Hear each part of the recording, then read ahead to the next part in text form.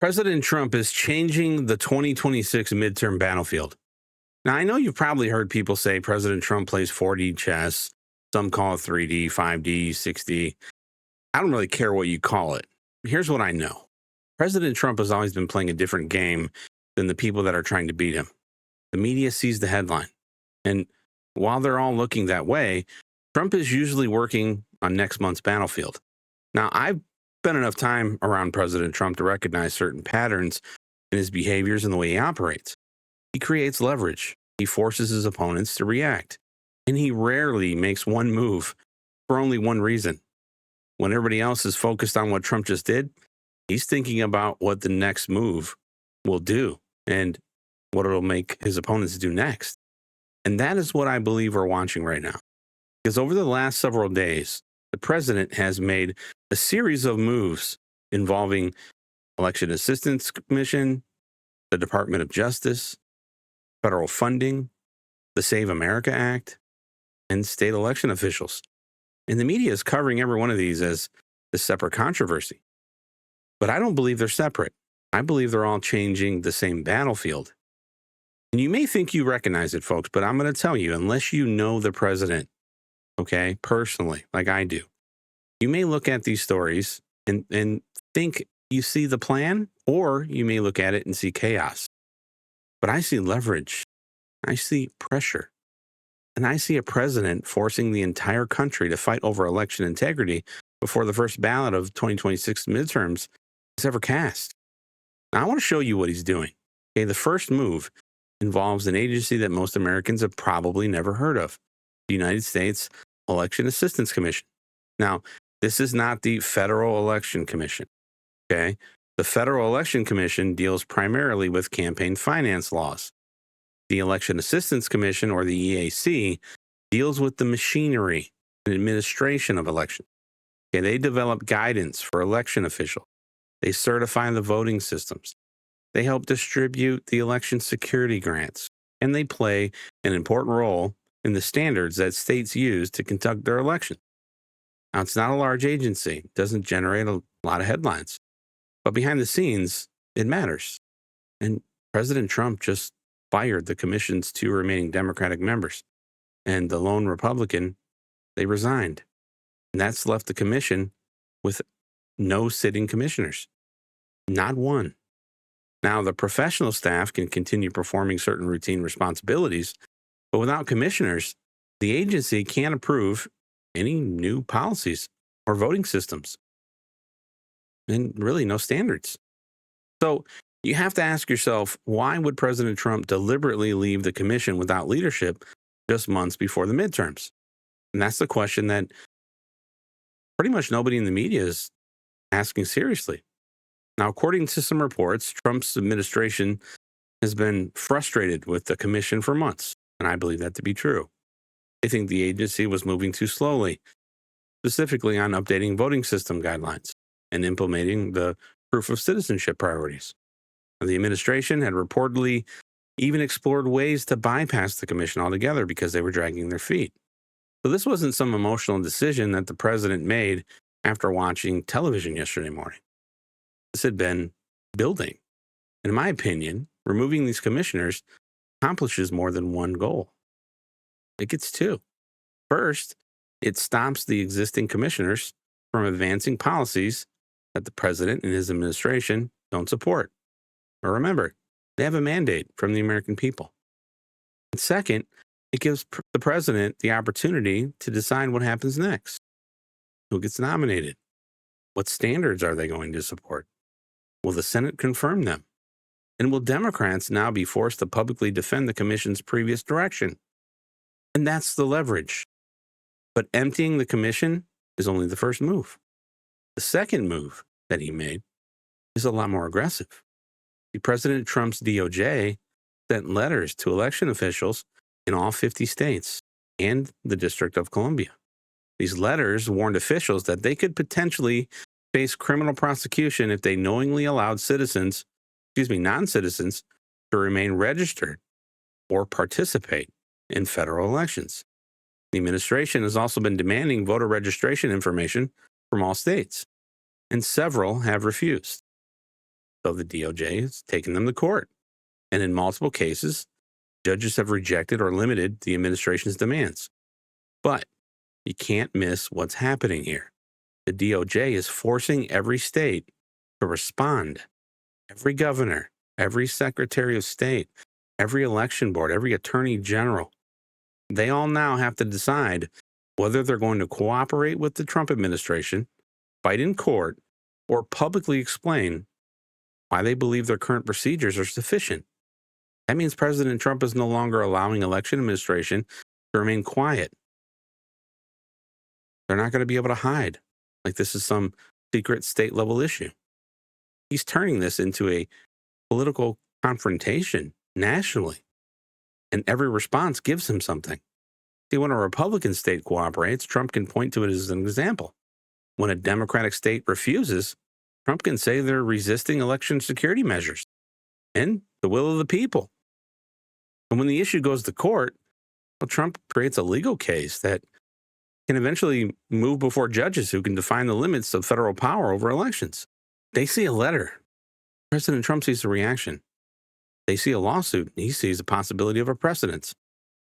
But the third move, folks, is the one that tells me about how serious that he is. The Congress passed one of the most significant federal housing bills in decades. Overwhelming support, bipartisan. President Trump could have signed that legislation at the White House, could have surrounded himself with members of Congress, could have held a massive signing ceremony and claimed a major victory, all on housing affordability for the American people. But instead, he refused to sign it. He allowed the bill to become law last night without a signature. And he did that because the Senate had still failed to pass the Save America Act. Now, you got to think about that for a second. Housing costs are one of the biggest concerns that are facing American people. Congress handed President Trump a major bipartisan accomplishment, but he was willing to deny Congress and himself the celebration because the Senate Republicans hadn't delivered on election integrity. That's not a side issue, not a talking point. That's the president telling the U.S. Senate that there will be a political consequence for ignoring this issue. And now you can take all of this and begin to see the board. The EAC is emptied. The DOJ is applying pressure to all 50 states. Federal funding is being tied to election security measures. And the president is withholding his signature from major legislation because the Senate hasn't acted on election integrity in the Save America Act. Now, these aren't random headlines. They're different forms of pressure being applied to a different part of the political system. Pressure on federal agencies, state officials, courts, but most importantly, pressure on the Democrats and the Republican senators. Okay? Because Trump is not only forcing Democrats to take a position, he's enforcing pressure on Republicans, and they have to make one too. These senators can no longer say they support election integrity, but then quietly allow the SAVE Act to die. They're going to have to explain why they can't pass it. They're going to have to explain whether they support changing Senate rules. They're going to have to explain whether they're willing to attach election security to other legislation. And they're going to have to explain why President Trump appears more committed to this fight in the will of the American people than members of his own party. And this is how he changes the battlefield. He forces everyone to move on the ground that he has already chosen. Now, do I have a secret White House memo that says all these actions are part of one master strategy? No, I don't. But I've spent enough time around the president to know how he operates. Okay? And this is a pattern I've seen before. He identifies an issue that his supporters, his team deeply care about. He raises the stakes. He forces institutions to respond. He makes the opposition defend a position they would rather avoid. And then he makes his own party decide whether they're with him or in his way. And if they're in his way, we know what happens. And this is not chaos. This is how leverage works. And here is where I believe the ultimate objective lies. President Trump wants election integrity to become one of the defining issues of the midterms. He wants Republicans talking about proof of citizenship. He wants them talking about voter ID. He wants them talking about voter roll maidens. He wants them talking about paper ballots, audits, and confidence in our election results. And he wants Democrats explaining why they oppose this approach. That doesn't mean every part of this strategy will succeed, because there are some real legal obstacles. But I mean, you can just look at the Constitution. It gives the states pretty substantial authority over their election administration. And federal courts have already pushed back. Okay. And I guess you could say an empty EAC can't implement any changes that President Trump, would want, because there's no one there.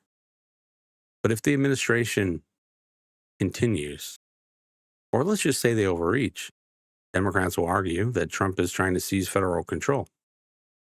If legitimate voters believe they could be removed from the voter rolls, then Democrats will use that fear to energize their base. And if Republican senators continue refusing, the administration could create a pretty large political battle without producing any actual legislation. So those risks are real, but none of them changes the fact that the battlefield has moved. Because before this, the midterms were expected to revolve around the economy, immigration, foreign policy, and the president's approval rating. Those issues will still matter, but election administration itself is now moving toward the center of the fight. And from this point forward, I think we should be watching it. We should start with 4 things. First, I think we should watch who the president nominates to the EAC.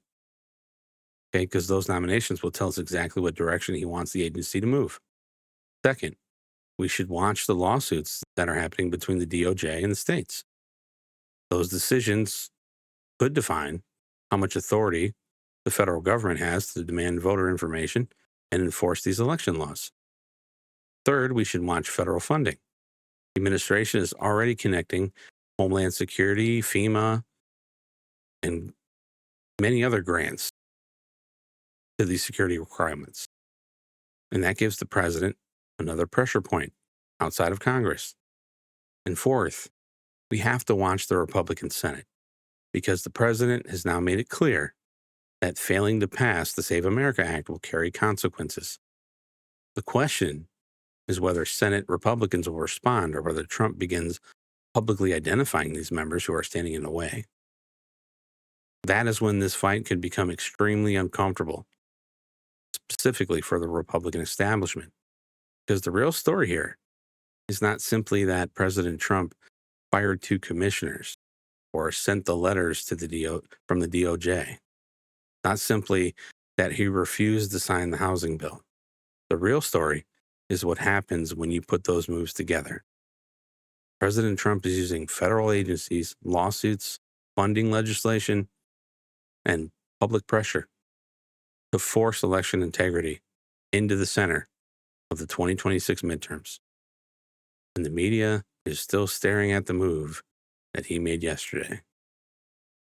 And while they do that, the president's looking at the move he's going to force his opponents to make in 2 weeks.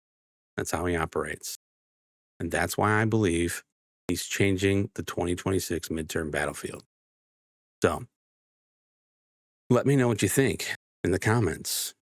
And yeah, thank God we need to multiply the president. We do. Glad we have JD Vance coming.